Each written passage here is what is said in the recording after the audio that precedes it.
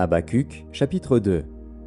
J'étais à mon poste et je me tenais sur la tour. Je veillais pour voir ce que l'Éternel me dirait et ce que je répliquerais après ma plainte. L'Éternel m'adressa la parole et il dit : Écris la prophétie, grave-la sur des tables afin qu'on la lise couramment, car c'est une prophétie dont le temps est déjà fixé. Elle marche vers son terme et elle ne mentira pas. Si elle tarde, attends-la, car elle s'accomplira certainement. Voici, son âme s'est enflée. Elle n'est pas droite en lui, mais le juste vivra par sa foi. Pareil à celui qui est ivre et arrogant, l'orgueilleux ne demeure pas tranquille. Il élargit sa bouche comme le séjour des morts, il est insatiable comme la mort. Il attire à lui toutes les nations, il assemble auprès de lui tous les peuples. Ne sera-t-il pas pour tous un sujet de sarcasme, de raillerie et d'énigme ? On dira : malheur à celui qui accumule ce qui n'est pas à lui. Jusque à quand ?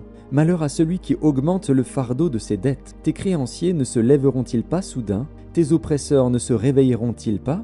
Et tu deviendras leur proie. Parce que tu as pillé beaucoup de nations, tout le reste des peuples te pillera, car tu as répandu le sang des hommes. Tu as commis des violences dans le pays contre la ville et tous ses habitants. Malheur à celui qui amasse pour sa maison des gains iniques, afin de placer son nid dans un lieu élevé pour se garantir de la main du malheur. C'est l'opprobre de ta maison que tu as résolu, en détruisant des peuples nombreux, et c'est contre toi-même que tu as péché.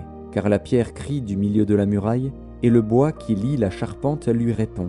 Malheur à celui qui bâtit une ville avec le sang, qui fonde une ville avec l'iniquité. Voici, quand l'Éternel des armées l'a résolu, les peuples travaillent pour le feu, les nations se fatiguent en vain, car la terre sera remplie de la connaissance de la gloire de l'Éternel, comme le fond de la mer par les eaux qui le couvrent. Malheur à celui qui fait boire son prochain, à toi qui verses ton outre et qui l'enivre, afin de voir sa nudité. Tu seras rassasié de honte plus que de gloire. Bois aussi toi-même, et découvre-toi.